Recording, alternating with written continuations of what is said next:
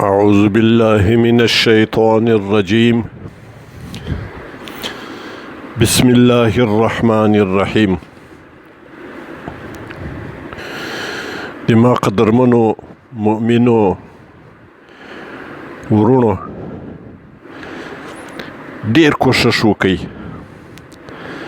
په دې خپل پاته زندگی کې چې الله موږ تاسو ته راکړي، که نارینه یو که زنانه یو، که سپین ږیري یو که ځوانان یو،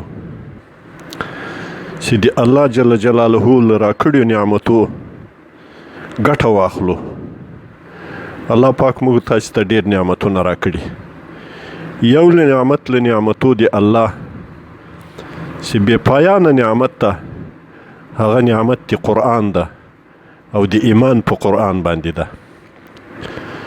قرآن عظیم شان د موږ د تاسې د اخرني پیغمبر حضرت محمد مصطفی صلی الله علیه وسلم هغه تر قیامته پورې تلپاته دائمي هم روزه معجزه ده چې بل هیڅ کوم پیغمبر ته په دغه قسم باندې معجزه نه ده ورکړل سوې. او دا معجزه د موږ د تاسې په کورو کې ده راسره، په سینو کې هم ده راسره، په لاسو کې ده راسره. الله تبارک وتعالی هم دې ترې مستفید کی. علما وایي قرآن عظیم شان عجیب کلام ده. تلاوته ذکر و طمانیه. فرمایي تلاوت قرآن دا ذکر ده او آرام و سکون د زړونو ده. وتدبره مقصد الحیات و هدایت.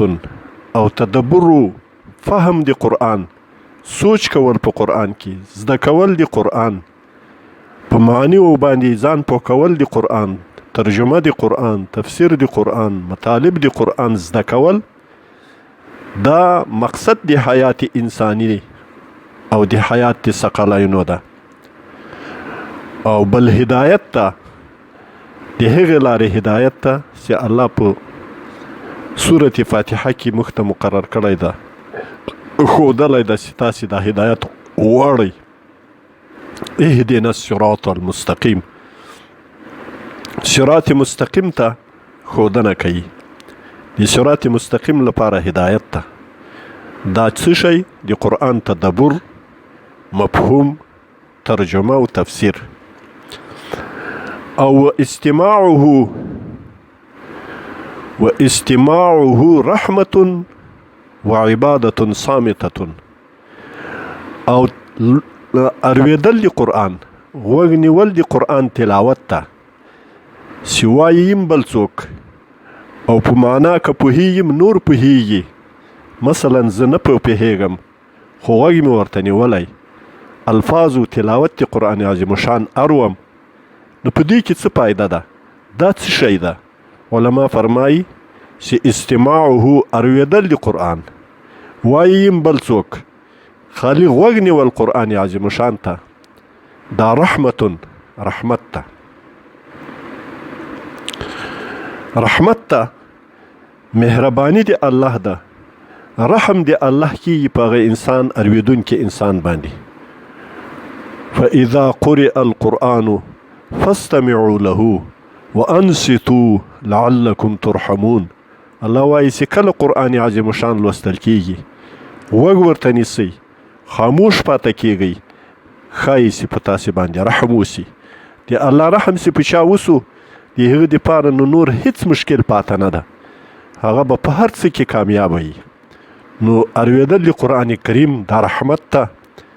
او عبادت صامتة، دا یو خاموش عبادت ته چې نه ته څه په خولو وایې، نه څه عمل کوې په لاس باندې، په پښو، په بدن باندې، بلکې صرف تا غوږ نیولی ده.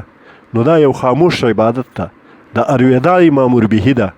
دا یو امر دی الله داسې امر په جای کول دی لکه الله پاک چې وایي اقیموا الصلاة، لکه الله تبارک وتعالی چې فرمایي صوموا رمضان، تاسې لمونځ قائم کوئ، روزه ونیسئ، حج د بیت الله وکئ، زکات ادا کوئ، دغسې عظیم عبادات چې په یو امر باندې ثابت دي دغسې امر په غوږ نیولو د قرآن کې هم وارد سوی ده په قرآن عظیم شان کې چې الله پاک فرمایي فاستمعوا له وانصتوا خاموش ورته اوسئ غوږ ورته ونیسئ. نو دا هم داسې امر ده راته لکه اقیموا الصلاة لمونځ وکئ. نو د لمانځه په کولو کې څومره ثواب ده الله پاک د قرآن عظیم شان په اورېدلو کې هم دغسې مکلفیت را په غاړه کړی ده دغسې ثوابونه الله پاک په باندې راکوي. الله دې موږ تاسو ته د اورېدلو د قرآن د تعلق ساتلو له قرآن سره الله قمندي او عشق و محبت را نصیب کی.